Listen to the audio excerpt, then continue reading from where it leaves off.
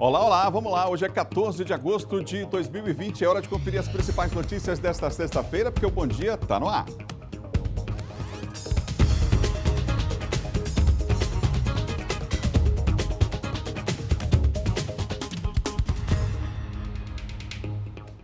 Tá tudo diferente, é porque é sexta-feira, final de semana tá chegando, o pessoal tá emocionado aqui. Tem gente emocionada aí na retaguarda aí nessa sexta-feira, mas vamos lá. Tá começando o nosso Bom Dia. Tem muita coisa boa para a gente falar aqui no programa de hoje. Já tem Diogo Tri falando de política, Silvão Alves volta para falar de segurança.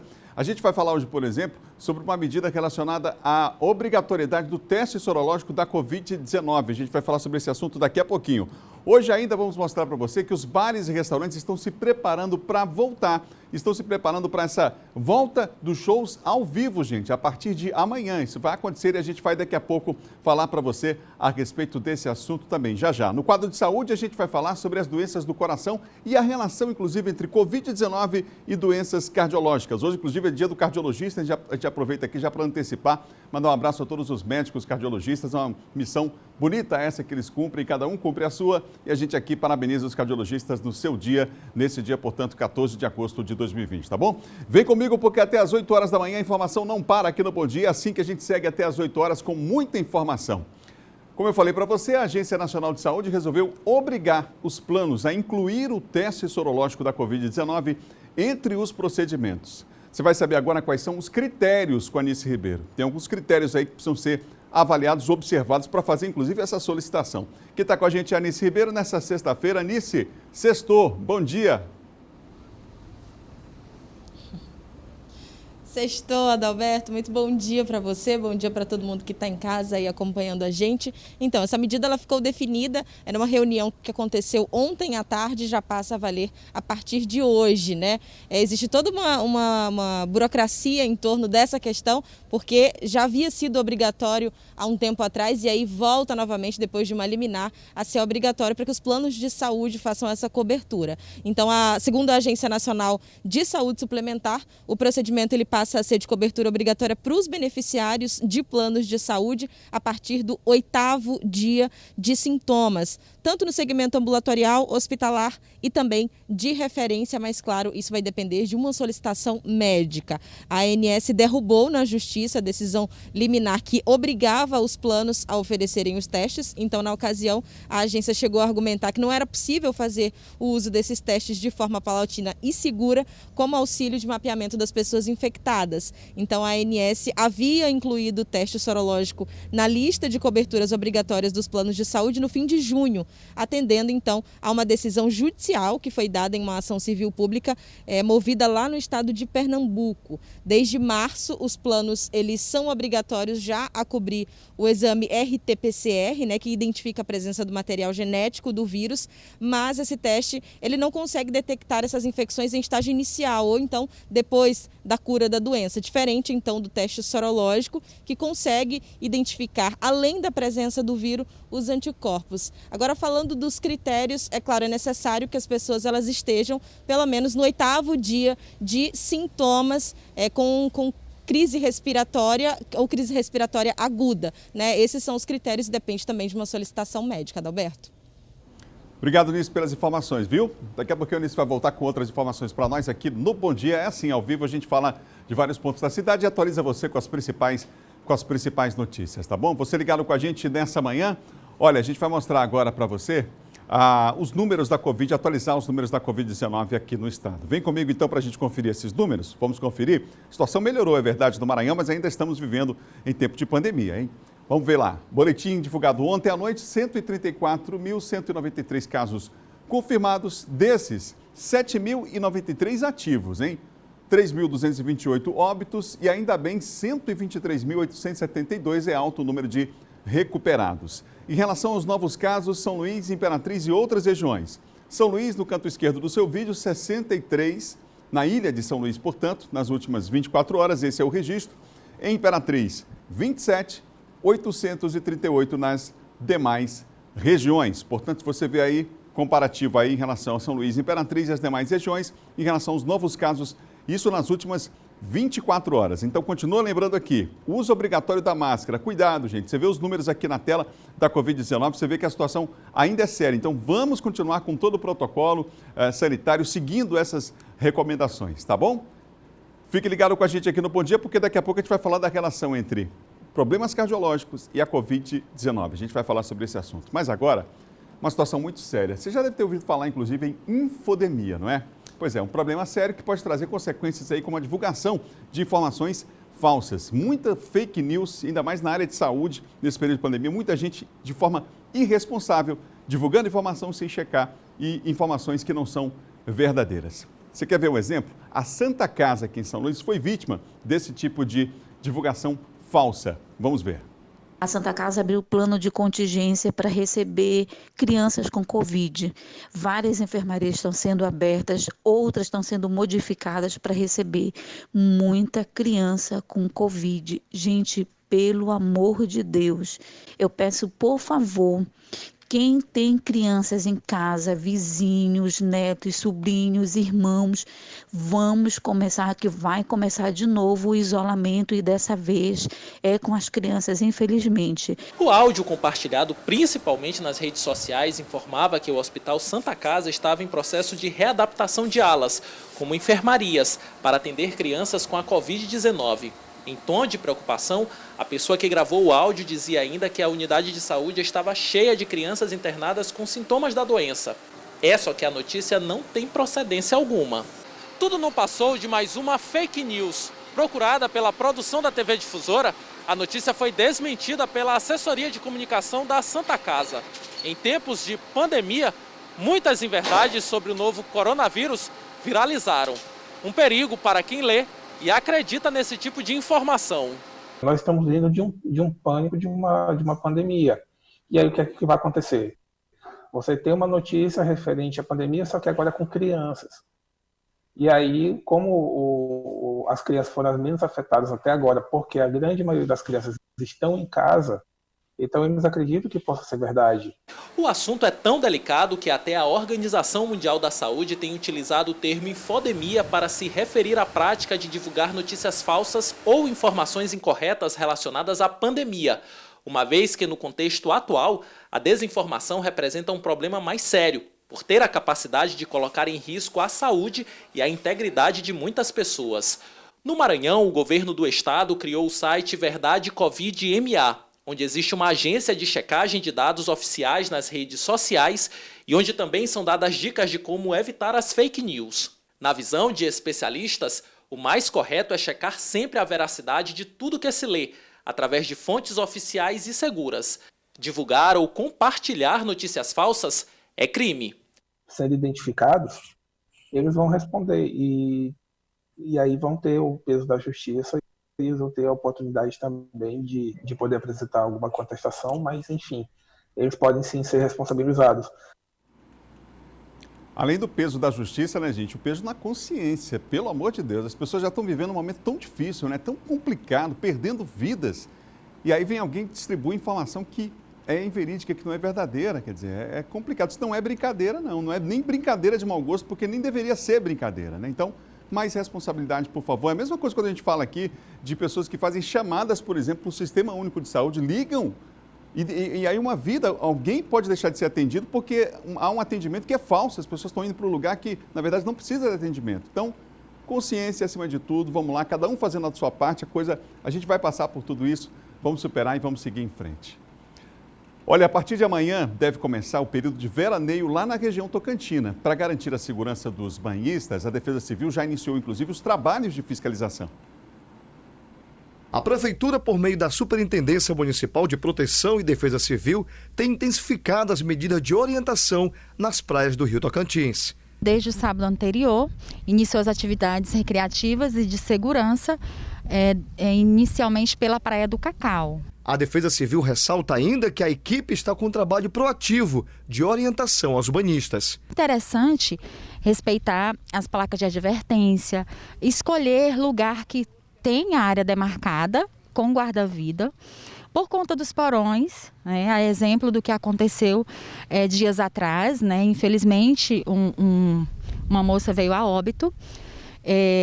enfim, a área não estava demarcada, não estava própria para receber o banhista. Além da Praia do Cacau, a Praia do Meio também vai receber uma infraestrutura de energia elétrica, demarcação, guardas-vidas, banheiros químicos, patrulhamento da Polícia Militar, bombeiros, guardas municipal, fiscalização da Marinha nas embarcações e uma unidade móvel do SAMU. Tudo para dar uma segurança e tranquilidade aos banhistas. O decreto número 82, editado pelo prefeito Assis Ramos, flexibilizou a abertura das praias de Imperatriz no período de 15 de agosto a 15 de setembro deste ano. Essa data pode ser alterada e terá algumas restrições. É preciso manter o cuidado, mesmo até para aproveitar melhor o veraneio, né, gente? Aqueles cuidados que são necessários, as informações, a Imperatriz estão sendo divulgadas bastante quais são essas informações e os cuidados que as pessoas devem ter nesse período de veraneio, que é diferenciado por conta da pandemia. Confira agora o nosso giro de notícias. A Caixa libera hoje saques e transferências de parcelas do auxílio emergencial para 4 milhões de beneficiários nascidos em maio. O auxílio com parcelas de R$ 600 foi criado para reduzir os efeitos da crise econômica causada pela pandemia da Covid-19. A Caixa tem disponibilizado o auxílio Uma Poupança Digital acessível pelo aplicativo Caixa Tem. Pelo aplicativo é possível fazer compras online em estabelecimentos autorizados e pagar boletos. O crédito na poupança social para os beneficiários nascidos em maio foi feito dia 5 deste mês. Termina neste sábado a campanha de negociação de débitos, que oferece descontos especiais para os clientes que estão com contas de energia elétrica em aberto entre os meses de março e junho, período mais crítico da pandemia. O cliente pode ligar na central exclusiva 0800 098 2997 gratuitamente, de 8 da manhã a 8 da noite de segunda a sexta e de 8 da manhã às 2 da tarde no sábado. Dos cerca de 55 milhões de alunos matriculados na educação básica e superior no Brasil, 19 milhões e meio tiveram as aulas suspensas por causa da pandemia do novo coronavírus. O número representa 35% do total. Além disso, 32 milhões, que corresponde a 58%, passaram a ter aulas remotas. Ninguém acertou as 6 dezenas do concurso 2.289 da Mega Sena sorteado na noite de ontem em São Paulo. O prêmio estimado para o próximo concurso, que será realizado sábado, é de R$ 27 milhões de reais. Cada um vai levar R$ 53.948. As apostas da Mega Sena custam R$ 4,50 e podem ser feitas até às 19 horas do dia do sorteio em qualquer casa lotérica do país. No próximo bloco, a gente vai mostrar para você atividades de educação para o trânsito são retomadas também no interior do estado. Silva Alves vai atualizar os principais assuntos da área de segurança e vamos falar também sobre a relação entre Covid-19 e doenças cardíacas, já que inclusive hoje é dia do cardiologista, hein? São 7 horas e mais 13 minutos, a gente volta já já.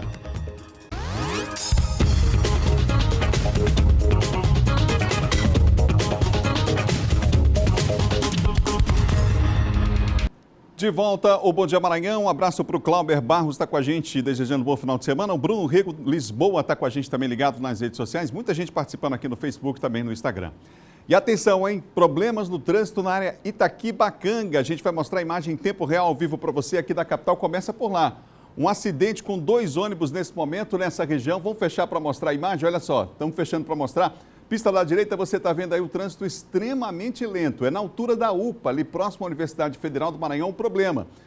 O acidente foi próximo ali a uma igreja, mas o que acontece é que 2 ônibus, houve acidente com esses 2 ônibus, e olha aqui o reflexo disso. Daqui a pouco haverá um reflexo disso maior, então, nessa rotatória que fica aqui no bairro da Madre Deus, porque você já vê que o trânsito está extremamente lento. Atenção, você que está saindo, se deslocando agora para a área Itaquibacanga, hein? Alerta, alerta, sinal de alerta na área Itaquibacanga. O Bom Dia informa você, prestação de serviço. O trânsito está complicado, bastante carregado, você vê na imagem no sentido contrário, olha só.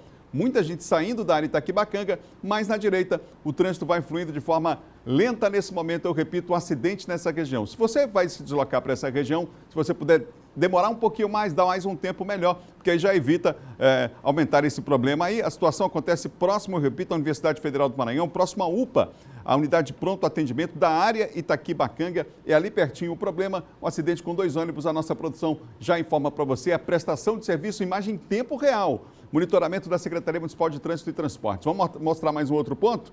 Vamos mostrar mais um ponto para você? A gente mostra aqui ao vivo. Agora vamos para a Avenida Carlos Cunha. Trânsito já intenso nessa sexta-feira, movimento intenso aí nas ruas da cidade, nas avenidas. Essa é uma ponte importante que liga aqui o centro da cidade aos demais bairros. Área do Jaracati, pista da direita, pessoal, no sentido centro. Muita gente nessa sexta-feira já descendo aqui para o centro da cidade. Você vê a imagem no sentido contrário, número menor de veículos, mas nesse ponto não há lentidão e nenhum acidente registrado até o momento. Vamos lá, mais um ponto ao vivo para você. Nesse momento nós estamos na Avenida Jerônimo de Albuquerque, uma das maiores aqui da capital. Você vê aí um volume já considerado normal nessa época do ano, nesse horário, né, digamos assim. Aqui na pista do lado esquerdo, os veículos que estão vindo exatamente para o retorno da Coama, nessa direção. É isso que acontece nesse exato momento. Você vê a pista da esquerda, olha, já há uma concentração maior de veículos ali, o trânsito vai ficando mais lento. O semáforo já foi liberado ali, mas há uma concentração muito grande de veículos nesse ponto, mas não há informação de acidentes ali até o retorno da Coama, não. Tem aí o pessoal parado, a gente vê aqui à direita, mas agora já vai fluindo, mas é muita gente, hein? Muita gente desse horário aí usando essa avenida, trânsito bastante carregado nessa sexta-feira. A gente mostra todo dia o trânsito aqui, mas dessa vez está bem carregado o trânsito nesse ponto também. Vamos para outro ponto, São Francisco é o bairro, a gente mostra a rotatória para você. Imagens em tempo real, prestação de serviços aqui da TV Difusora, vem comigo. Avenida Castelo Branco, aí está tranquilo, né? Aí está tranquilo e favorável, como diria o nosso Denilton Neves. Aqui na direita, os veículos que se deslocam no sentido centro, à esquerda, aqueles que se deslocam para a área das praias, né? Em geral, essa pista da esquerda. E ali, ó, que coisa bonita, o pedestre atravessando aonde? Na faixa. O trânsito seguro depende de todos nós. Mostramos imagens em tempo real do trânsito aqui na capital maranhense. Continua carregado o trânsito na área Itaquibacanga, hein, gente? Acidente, eu repito, 2 ônibus, a gente mostrou aqui em tempo real a imagem lá dessa avenida importante, a ligação importante ali na área Itaquibacanga. A gente vai fechar outra vez para mostrar para você. Olha aí, ó, trânsito bastante complicado nesse sentido, no sentido da área Itaquibacanga, e vai demorar um tempo, provavelmente, para voltar ao normal, né? Nossa produção apurou um acidente com 2 ônibus nesse momento, nesta avenida importante, Avenida dos Portugueses, importante ligação aí aqui na nossa cidade. Informação, prestação de serviços em tempo real, só no Bom Dia, aqui pela manhã cedinho você tem ao vivo imagens da Secretaria Municipal de Trânsito e Transportes da SMTT, o monitoramento que eles fazem por lá. Em Imperatriz, foram retomadas atividades de educação para o trânsito. Essas atividades estavam paralisadas durante o período da pandemia. Vamos ver. A campanha Pé na Faixa é promovida pela Secretaria Municipal de Trânsito. Na ação realizada na marginal direita da BR-010, a equipe ajudou pedestres na travessia, chamando a atenção dos pontos mais movimentados. Depois de 4 meses paralisada por conta da pandemia do novo coronavírus, a campanha foi retomada com orientações voltadas para os pedestres e condutores. Nós estamos retomando novamente o Pé na Faixa, que é uma campanha importantíssima. Nós estamos trabalhando esse ano no trânsito, perceba o risco, proteja a vida. Então, a faixa de pedestre, há muitos condutores que exercem a cidadania, porém tem outros que não exercem a cidadania. E tenho que alertá-los. Dê preferência à vida, que é o bem maior que nós temos. Este vendedor diz que costuma atravessar pela faixa, mas nem sempre é possível. Às vezes eu gosto de respeitar a ordem, entendeu? Eu sempre gosto de passar pela faixa de pedestre. Mas quando não tem como, porque assim, aparece sempre um carro, alguma coisa, aí eu tento passar por longe e procurar um atalho. A ação da campanha Pé na Faixa será levada para outros bairros e, em breve, deve receber apoio do Ministério Público. O Ministério Público, através do Dr. Domingos, é muito preocupado também com a questão do pedestre e haverá uma parceria Secretaria de Trânsito e Ministério Público para que nós possamos enriquecer essa campanha Pé na Faixa. Campanha importante, como a gente fala sempre, né? Educação no trânsito depende de todo mundo, todo esse conjunto aí, né? Pedestres, os motoristas também. São 7h22. Agora a gente fala de segurança com a participação de Silvan Alves.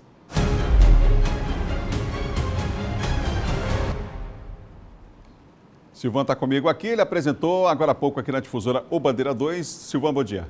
Bom dia, Adalberto, bom dia a todos. Silvan, a gente vai falar de um assunto aqui que a gente realmente tem vários assuntos que a gente não gosta de falar. Um deles é esse. A gente tem mais uma estatística e mais um número, mais uma vida perdida por conta dessa cultura machista caso de feminicídio lá em Imperatriz, Silvan? Exatamente. A Morenilce Rodrigues, era assim o nome da vítima, ela, segundo os levantamentos feitos pela polícia, ela estava há pouco tempo nesse relacionamento, porque no relacionamento anterior ela matou o marido. E aí, nesse novo relacionamento, ela estava com 2 amigos em casa, lá em Imperatriz, quando o atual companheiro dela chegou. Eles tiveram uma breve discussão, os 2 rapazes que estavam lá separaram, ele saiu e quando voltou, já voltou armado com uma faca, atacou os 2 rapazes que estavam com ela, né, levado por ciúmes, ele ficou com muito ciúmes, perdeu o controle naquela hora, ele feriu os 2 rapazes e infelizmente acabou atingindo a Morenilce e ela, em função da intensidade dos golpes que ela recebeu, infelizmente ela morreu no local. Ele está foragido, ele não foi localizado até pelo menos agora pela manhã, não havia notícia em torno da prisão desse indivíduo que infelizmente acabou praticando mais um crime de feminicídio. Isso, Adalberto, embora nós tenhamos aí todos esses mecanismos aí que estão lançados, estão ao alcance das mãos da sociedade, mas infelizmente, como você ressaltou, ainda temos um número alto e é preocupante. Preocupante, sim. Silvano, temos um caso de sequestro de um taxista aqui na capital, tivemos, foi ontem? Exatamente. Esse caso aí, novamente, foi para a região da Pirâmide, não é? Lá, infelizmente, apesar da grande quantidade de pessoas do bem que moram lá na Pirâmide, mas ultimamente lá isso tem sido utilizado para levar motorista de aplicativo, vítima de sequestro relâmpago, motorista de táxi. Nesse caso aí, uma ação rápida do pessoal do 8º BPM, COSAR e também da COI, eles localizaram o cativeiro onde o motorista estava sendo mantido. Interessante, Adalberto, porque eles deixaram o motorista lá no cativeiro e saíram assaltando ali no entorno ali da Pirâmide, Raposa, Farol do Araçagi, assaltaram inclusive um frigorífico, né? E aí a polícia agiu rápido, conseguiu resgatar esse motorista de táxi, fazer a apreensão do veículo e ainda prender os 4 indivíduos. Foram 4 indivíduos presos. De acordo com a polícia, eles seriam responsáveis pela maioria desses sequestros relâmpago de motoristas de aplicativo, motoristas de táxi, ocorridos nos últimos dias e que tinham como ponto base a comunidade lá da Pirâmide. Com eles, apreenderam os objetos, né, do assalto do frigorífico, do assalto do motorista de táxi e apreenderam também uma arma, no caso, uma pistola PT-380. Obrigado, Silvano. Bom final de semana, hein? Bom final de semana a você e a todos. Bom dia. Silvano Alves, que na segunda vai estar de volta aqui com o Bandeira 2 a partir das 6 horas da manhã. Vamos mudar de assunto, são 7 horas e 25 minutos, 7h25. O mercado do Anil foi entregue ontem aqui na capital. Outros 8 mercados seguem com obras de construção e serão entregues ainda esse ano. O descerramento da placa marca o início de um novo momento para quem trabalha no mercado do Anil e comunidade da região. Tivemos a oportunidade de avançar na reforma na primeira fase do mercado e era uma reivindicação desta ampliação que nós estamos inaugurando neste momento. Então nós estamos ampliando o mercado do Anil e entregando este espaço para os feirantes e também para a população. Uma obra esperada há muito tempo, né? A população aqui do Anil e de toda a região há muito esperava essa obra e agora, felizmente, o nosso prefeito Edivaldo Holanda Júnior entregando mais uma importante obra para São Luís. Praça de alimentação e mais 19 boxes novos e padronizados. A ampliação do mercado Anil complementa a reforma que foi feita anteriormente. A estrutura vai beneficiar diretamente 93 feirantes. A dificuldade era muita, era sujeira, era serviço. E agora vai ficar bem melhor para nós. A tendência é só melhorar para todos, para os permissionários e para os usuários e para a comunidade de uma maneira geral. E a partir do momento que a gente realiza uma obra dessa aqui, a tendência é só melhorar em todo sentido, em termos de saúde, de comunicação, de alimento, tudo. A tendência é chamar mais clientes para os mercados. O mercado do Anil é o segundo a ser entregue, mas existe um cronograma de obras que vai ser seguido. E nele, a previsão é de que 8 locais sejam reformados ou construídos e entregues até o final do ano. A estrutura tem papel fundamental para o bom funcionamento dos mercados. 10 equipamentos públicos modernos, equipamentos públicos que vão proporcionar conforto, segurança e que com certeza vão incrementar a economia de todo o bairro onde eles estão. Então hoje a gente está aqui no Anil, um mercado moderno, uma ampliação fantástica. E a população com certeza abraça uma obra como essa e cuida também, os feirantes em especial, né, manter aquilo tudo arrumadinho. É muito bom, né, a gente entrar no mercado e ver tudo arrumado, tudo certinho.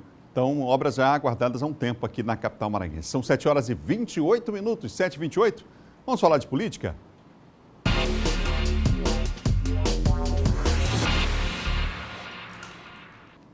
Nosso colunista de política, John Coutrin, está comigo aqui nessa sexta-feira. John, bom dia para você. Bom dia, Adalberto. Bom dia a todos. John, vamos começar falando sobre o governador Flávio Dino, que confirmou que não tem candidato no primeiro turno da eleição aqui na capital maranhense, foi isso? Foi isso. Não tem candidato, apesar do partido dele ter candidato, né, Adalberto? O PCdoB tem pré-candidato a prefeito de São Luís, que é o deputado federal licenciado Rubens Pereira Júnior. Mas o governador, sabiamente, óbvio, não é? Vai adotar a neutralidade no primeiro turno. Aí você pode perguntar, Adalberto, mas por que o governador Flávio Dino, tendo candidato do partido dele, que é do PCdoB, não vai apoiar esse candidato no primeiro turno? Já ia fazer a pergunta. A conta é simples porque o governador Flávio Dino tem o seguinte pensamento. Ele foi candidato a governador na última eleição com o apoio de 15 partidos. 15 partidos fizeram parte, né, do arco de aliança do governador Flávio Dino. Entre esses 15 partidos, vários deles têm pré-candidatos a prefeito de São Luís. Então, nada mais justo, não é, do que ele respeitar esses partidos que apoiaram a reeleição dele e que fazem parte do seu governo. Então, o governador tem esse entendimento de que vai respeitar os aliados e não vai intervir na eleição do primeiro turno em São Luís, adotará um tom de neutralidade. Para você ter uma ideia, Adalberto, espectadores, hoje nós temos 13 pré-candidatos a prefeito de São Luís, né? 13, pode diminuir, claro, isso vai afunilar mais na frente, mas hoje são 13 pré-candidatos. Desses 13 pré-candidatos, 8 partidos, né? 8 pré-candidatos que estão em 8 partidos, são da base de apoio do governador Flávio Dino. Ou seja, digamos assim, ele tem 8 aliados hoje, 8 pré-candidatos da base dele, 8 pré-candidatos aliados do governador Flávio Dino. Então não tem como, porque ele se intrometer em uma eleição no primeiro turno. É óbvio que isso aí não seria bom, é claro, desagregaria, causaria aí, óbvio, até rupturas com o próprio governo. Mas, por exemplo, vamos citar aqui democratas que apoiam o governador. Tem o Neto Evangelista, que tem o PDT, que apoia o Neto Evangelista, que é aliado do governador, apenas um exemplo simples aí de um aliado do governador. Então, o governador reiterou e ressaltou. Agora, segundo turno é uma outra história, né? Segundo turno, por exemplo, aí vamos fazer a seguinte hipótese: Eduardo Braide e Rubens Júnior. Eduardo Braide, o Neto Evangelista. É claro que o governador se posicionaria a favor de um dos candidatos da base dele. Mas isso é uma outra história, mais na frente será discutido. Ou então, pode haver a possibilidade também de 2 aliados no segundo turno. Já pensou Neto Evangelista e Rubens Júnior? Eu acredito também que ele não se posicionaria em nenhum desses casos. Mas isso aí, Adalberto, é uma posição justa aqui na capital maranhense, que tem 2 turnos. No interior do Maranhão, onde houver eleições que não há 2 candidatos, 2 pré-candidatos, 2 candidatos da base dele, é claro que ele apoiará um desses candidatos que fazem parte do grupo do governador, e isso em outras cidades do Maranhão que não tem segundo turno, só São Luís tem segundo turno. Ô John, o presidente nacional do PSB descarta o PT, a decisão impacta inclusive na candidatura do Bira aqui na capital maranhense, hein? O Bira esperava contar com o apoio do PT, sonhava com esse apoio através de conversas e articulações nacionais das direções nacionais do PT e do PSB. Mas o Carlos Siqueira deu uma entrevista ao jornal Estado de São Paulo, dizendo o seguinte, Adalberto, que o PT é o vetor de divisão da esquerda no país, né? E que o PSB não vai ficar com o PT em nenhum lugar, né, do Brasil. Ou seja, um recado bem claro a partir dos trabalhadores, que o PSB, portanto, não deve fazer aliança. E claro, aqui em São Luís, o PSB tem pré-candidato, que é o Bira do Pindaré, e sonhava com esse apoio do PT. Mas como não há um entendimento nacional entre as 2 siglas, entre PT e PSB, o mais provável, o que deve acontecer, é que no caso do PT, vai mesmo apoiar a candidatura do PCdoB, que é do Rubens Pereira Júnior. Inclusive, nessa semana, o PT participou de um encontro, né, dos partidos que apoiam o pré-candidato Rubens Júnior do PCdoB. E lá está o vereador Norato Fernandes, que é presidente do diretório municipal, o que sinaliza diretamente, Adalberto, que o PT irá mesmo com o Rubens. Deve haver um encontro no final de semana, no diretório municipal, encontro de tática eleitoral, mas está praticamente selado, confirmado e consolidado essa aliança aqui entre o próprio PT e o próprio PCdoB, o PT indicando aí a vice do Rubens. Falando em vice, nós temos também um outro partido que impõe como regra a questão da vice, que é o MDB. Aí já é uma situação em que você fazendo uma análise em que o MDB exige a vaga de vice para apoiar, quem leva vantagem por enquanto nisso, Adalberto, são alguns pré-candidatos que já disponibilizaram a vaga de vice para o MDB. Citamos aí o Carlos Madeira, do Solidariedade, já disse que se o MDB quiser, a vaga de vice é do MDB, além do Carlos Madeira, do Arte Júnior, do Republicanos, e o próprio doutor Iglesias e o Adriano Sarney, doutor Iglesias do PROS, e o Adriano Sarney do PV. Esses 4 pré-candidatos já garantiram, afirmam que se o MDB quiser, a vaga de vice é deles. Mas tem uma questão interessante. O Neto Evangelista também, claro, se ele conseguir, né, o Democratas, conversar com os outros partidos, PDT, PSL, PTB, que apoiam o Neto, e conseguir que eles cedam a vaga para o MDB, o mais provável é que o MDB apoie o Neto Evangelista. Mas isso é uma outra equação, isso vai ser definido um pouquinho mais na frente, já que o MDB já disse que só vai definir o candidato através de outro balizador, que é a questão da pesquisa qualitativa da indicação da vice, e isso irá acontecer até o dia 25.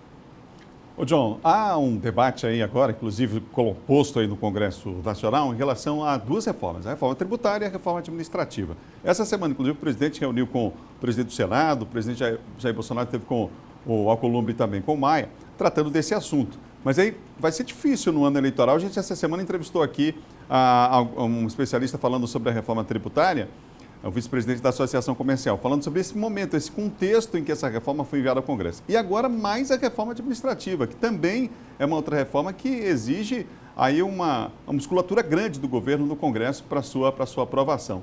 Como é que você tem observado aí esse debate, John, sobre esse assunto? Há um desejo a gente sabe que o Congresso hoje, Adalberto, é reformista, né? O presidente tem essa sorte no Congresso hoje ser reformista, mas ele não aproveitou até então isso. Conseguiu aí aprovar a reforma da Previdência, mas já era para ter, por exemplo, aí estar pelo menos em discussão, em pauta, aí já bem avançada a reforma tributária.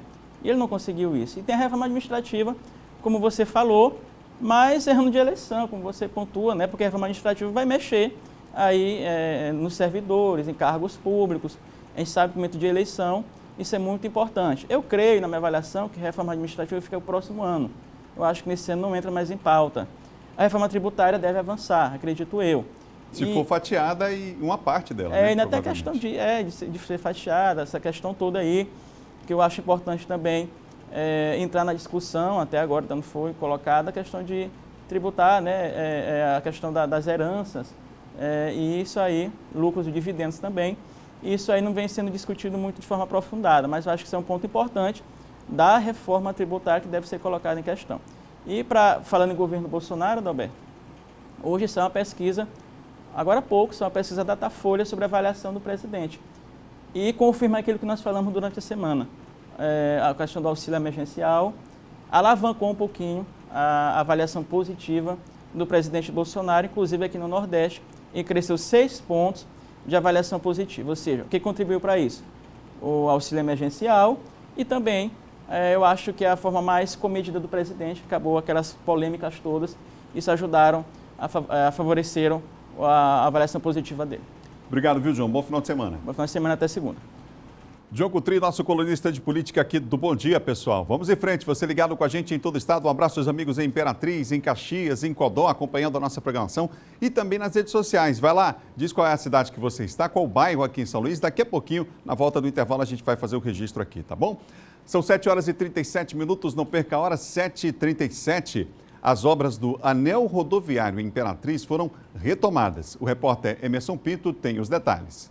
E esta aqui é a Avenida Manuel Ribeiro, muito conhecida como a avenida que dá acesso à Vila Machado. Nós estamos aqui no finalzinho da Vila Machado, início do bairro Jardim das Oliveiras, que está aqui à nossa direita. A avenida ela começa lá na BR-010 e faz todo esse trajeto aqui, é um dos acessos, inclusive, à região da Grande Cafeteira. Essa avenida ela vai ser asfaltada hoje pela manhã, foi a assinatura da ordem de serviço para asfaltamento desta avenida o valor de R$3.200.000 que foram conseguidos por meio da Codevasf, não só aqui para a Avenida Manuel Ribeiro, mas para outras ruas e avenidas aqui também da cidade de Imperatriz. A Avenida Manuel Ribeiro está incluída, portanto, nesta etapa desses serviços que serão realizados, e esta avenida, só lembrando que ela é muito importante por ligar toda essa região, desafogar o trânsito na BR-010, a expectativa é que com ela pavimentada o trânsito seja desafogado na BR-010 e por ela também que fique mais fácil o acesso ao Hospital de Amor, que será construído a poucos metros aqui do local de onde nós estamos. O Hospital de Amor que será construído com recursos que foram viabilizados pelo senador Everton. Aqui no evento, no lançamento da ordem de serviço, nós conversamos com moradores, demonstraram muita felicidade com a notícia da pavimentação aqui da Avenida Manuel Ribeiro, e conversamos também com representantes da classe política. E eu tive a felicidade de ser atendido o pleito através do deputado Juscelino, através da Codevasf, e hoje a gente está dando aqui a ordem de serviço, né? Claro, o senador Everton também nos ajudou, abrindo portas lá em Brasília, o deputado Antônio Pereira também sempre sabendo da importância dessa obra, fazia coro que também comigo, com o Juscelino, e hoje a gente traz esse benefício aqui e que vai ser muito bom. Esse anel viário que vai ajudar na mobilidade, em desafogar o fluxo, enfim. E temos agora o Hospital do Amor, que está previsto para poder ser implantado aqui também na região. Foi uma das coisas que nos impulsionou a resolver esse recurso para poder estar viabilizando também essa obra. Então a gente fica muito feliz. Então é isso. E o prazo para o término da obra é no dia 11 de agosto de 2021. São 7 horas e mais 40 minutos, 7h40. Gente, será que vai chover? 6 cidades aqui no nosso mapa para a gente saber se vai chover ou não. A gente começa com São Luís, na capital de todos os maranhenses, céu parcialmente nublado. Possibilidade de chuva? Sim, mas isolada. Mínima de 25, máxima de 31 graus, você vê aqui na tela. Segunda maior cidade do estado é Imperatriz, e por lá, céu parcialmente nublado com baixa probabilidade de chuva. Mínima de 20, máxima de 36 graus. É muito quente, não é não? Em Caxias, região dos Cocais, tem céu parcialmente nublado, baixa probabilidade de chuva, mínima de 23 e máxima de 32 graus na bela cidade de Caxias. Mais 3 cidades do nosso mapa a gente mostra a parceria com o LabMet, Laboratório de Meteorologia da Universidade Estadual do Maranhão.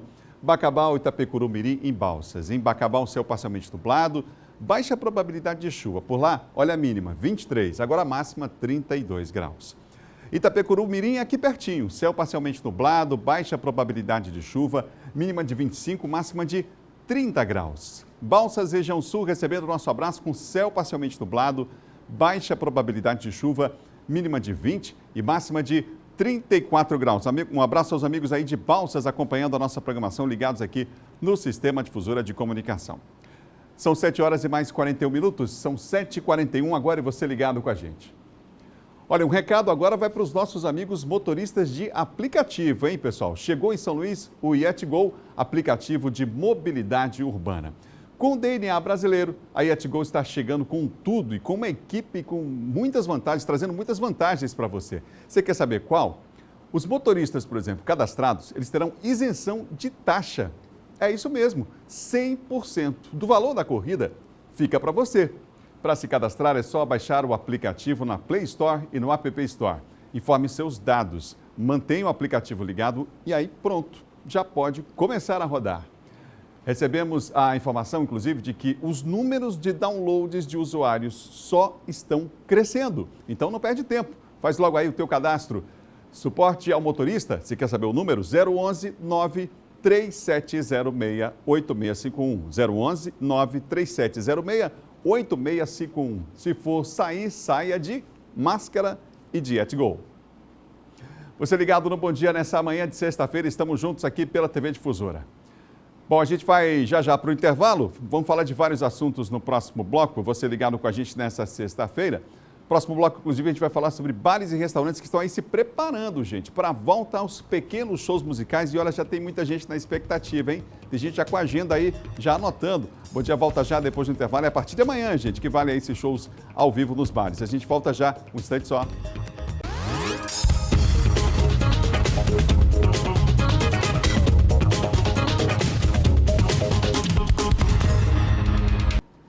Voltamos, são 7h46, voltamos com o Bom Dia ao vivo para todo o estado aqui pela TV Difusora. Um abraço aos amigos que nos acompanham nas plataformas digitais.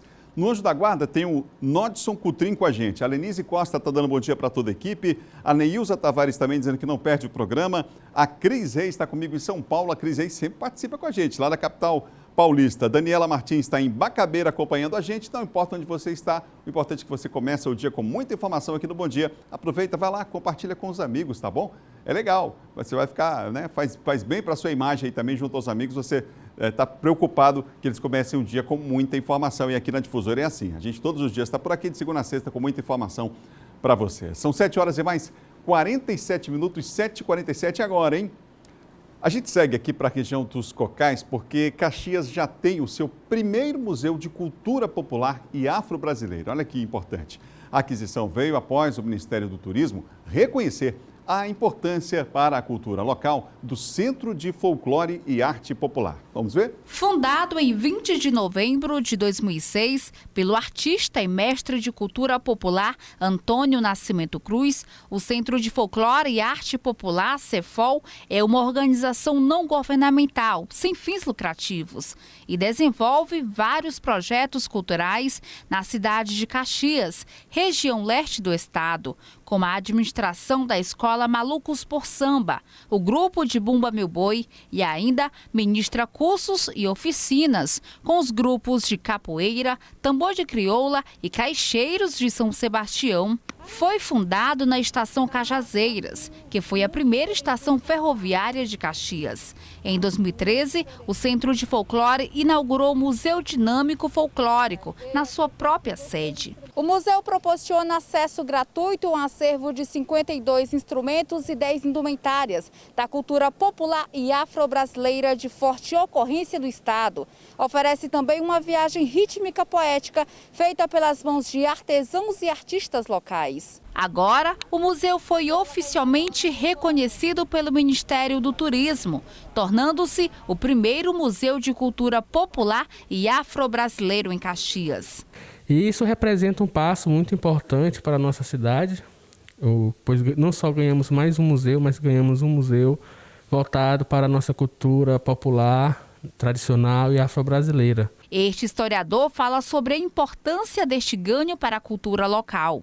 Pois além de ser um local, um lugar de memória, é um lugar de construir identidades, é uma construção de pertencimento e a população caxiense necessita disso, até porque vai servir para futuras gerações. E os museus, gente, vem passando por várias transformações. Hoje o museu é um espaço extremamente importante na cidade, um espaço vivo, né? Que mostra, inclusive, não só a história, né? Não traz só os registros importantes, mas contextualiza na atualidade, debates importantes são feitos, apresentações de grupos também. De parabéns aí à cidade de Caxias, uma cidade histórica, importante para o nosso estado do Maranhão e que agora recebe, então, esse espaço importante, esse museu. São 7 horas e 49 minutos, 7h49.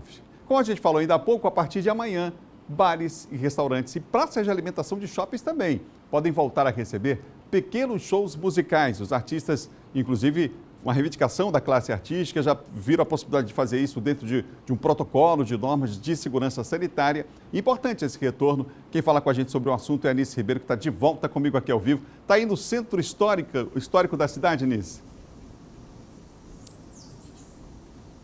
Exatamente, Adalberto. Nada melhor, né, do que encerrar aqui a nossa participação do Centro Histórico, né, que muita gente que está em casa, tenho certeza, está com saudade. Aqui concentra, inclusive, uma grande quantidade, né, de bares, de restaurantes, porque muita gente vinha para cá, né, aos fins de semana, aproveitar essa paisagem bonita que você está vendo aí agora. Então, o retorno dessas atividades aqui no estado do Maranhão está sendo autorizado, né, por meio de uma portaria que foi assinada pelo governador Flávio Dino, e essa portaria permite que voltem a acontecer aqueles pequenos eventos com voz e violão.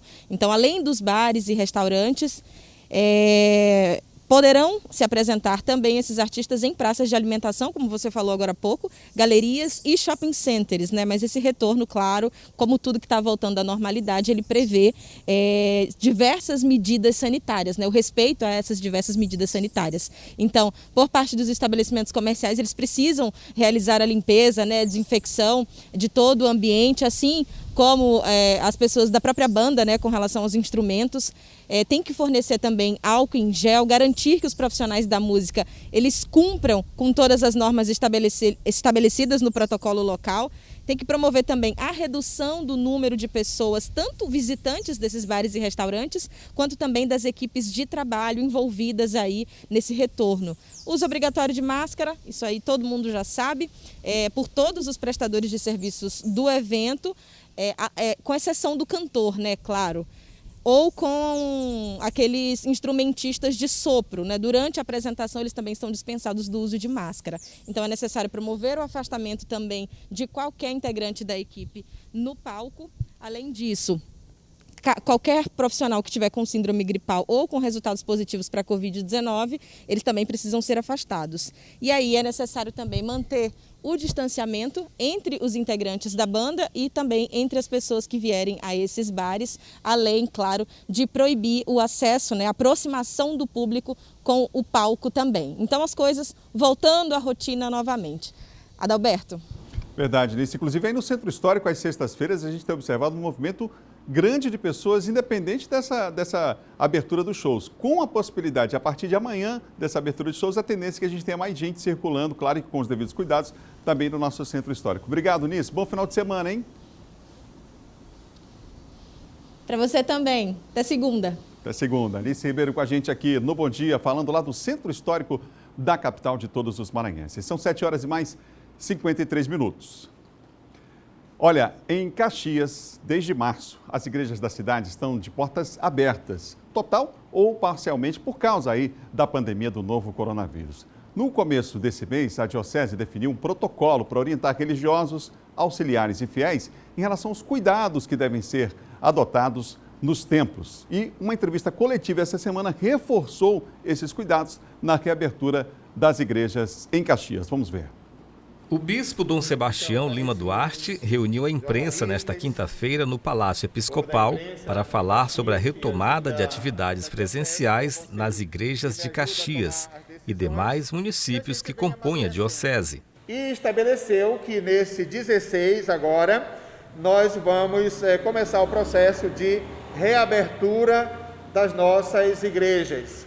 E vamos começar dentro de um processo também. Pessoas com doenças crônicas, idosos, mulheres grávidas e outras pessoas consideradas do grupo de risco não devem ir à igreja acompanhar as missas. O retorno das missas e de outras atividades nas paróquias da Diocese de Caxias está marcado para o dia 16 de agosto. A lotação máxima de cada templo será de até 50%. Dentro dos templos, será necessário manter o distanciamento seguro entre as pessoas, usar máscaras e higienizar bem as mãos com álcool em gel. Apesar da liberação da diocese para reabrir, cada paróquia deve levar em conta a realidade local. Então agora nós temos a possibilidade de reabrir em unidade com a Igreja do Maranhão, onde muitas dioceses já reabriram e nós estamos agora começando essa reabertura. Então você que não vai poder vir, poderá, se está em casa, se é idoso, se está doente, poderá solicitar também a sua paróquia que quer receber a comunhão. Então a gente encontrará uma forma de levar a comunhão a você, né? São 7 horas e 55 minutos. Olha, gente, o público está com tanta saudade da volta ao teatro que um deles tem feito sucesso na internet com algo bem simples. Eles encontraram aí uma forma, né, de, mesmo no período da pandemia, manter a magia desses espaços e a plateia. A gente vai entender agora mais ainda na reportagem da Nice Ribeiro. Vamos ver? O teatro nem tem data para retornar até aqui. Ainda o silêncio é a única coisa que se escuta aqui do palco. Uma classe inteira atingida pela pandemia e uma população que sente saudade do que a arte proporciona. Em decorrência da pandemia, esses espaços que aglomeram muitas pessoas não podem funcionar de jeito nenhum. Então, muitos irão fechar. Sem perspectivas de retorno, a classe artística também se reinventou. E é na internet que tem dado um jeito de trazer a arte para pertinho das pessoas. Tá tudo na palma da mão. Dá até para estar num teatro, ou melhor, parecer que está. Esse aqui, ó, é só um filtro do Teatro Arthur Azevedo, que é um dos maiores e mais importantes aqui do estado. A ideia já está bombando na internet. Olha que massa! Esse é o novo filtro do Teatro Arthur Azevedo e você está no Salão Nobre. Clique na aba Filtros, selecione o que você mais gosta e pronto. Utilize esse filtro para tirar foto, fazer vídeo. Porque a nossa intenção é fazer você se sentir pertinho da gente. O filtro foi criado pelo próprio teatro, uma proposta divertida para o público se manter conectado literalmente de alguma forma. Enquanto a pandemia não acaba, de longe, a gente faz uma visitinha. Como ainda não temos uma data de retorno e assim esperamos que quando voltarmos de forma gradual, essas ferramentas possam andar junto com a gente, que possam nos ajudar cada vez mais a potencializar nosso trabalho cultural e assim promover a arte e a cultura dentro do estado do Maranhão. É o local de entrada do nosso teatro. Posicione a câmera, filme e não deixe de marcar a gente no @Teatro Arthur Azevedo Oficial. Muito legal, né? Uma forma simples, mas de manter essa magia que existe entre o teatro, esse espaço cultural e as pessoas, né? Vamos mudar de assunto. O Sampaio volta a campo domingo, gente, pela terceira rodada da Série B do Campeonato Brasileiro. A partida é contra o Chapecoense. Em treinamento antes no Estádio Castelão, o técnico Léo Condé, claro, fez os ajustes. Aí o time precisa de muitos ajustes. Dois jogos até agora, 2 derrotas. E o Sampaio volta a campo, portanto. E hoje pela manhã, a equipe boliviana faz a última atividade em São Luís. E aí, na parte da tarde, a delegação segue viagem para Chapecó, onde vai fechar a preparação no sábado. O confronto entre Chapecoense e Sampaio será na Arena Condá, às 11 horas da manhã. Bom dia, fica por aqui, termina agora. A gente se encontra na segunda-feira, se Deus quiser. Outras notícias você confere no nosso portal MA10. A gente tem imagens ao vivo para inspirar você para um bom final de semana. É lá do Centro Histórico Rua Portugal. Olha só que linda essa imagem. É com essa imagem que a gente encerra hoje o nosso Bom Dia para você. Tudo de bom. A gente se encontra então na segunda. Fique ligado aqui na TV Difusora. Vem aí o primeiro impacto, hein? Tchau, tchau.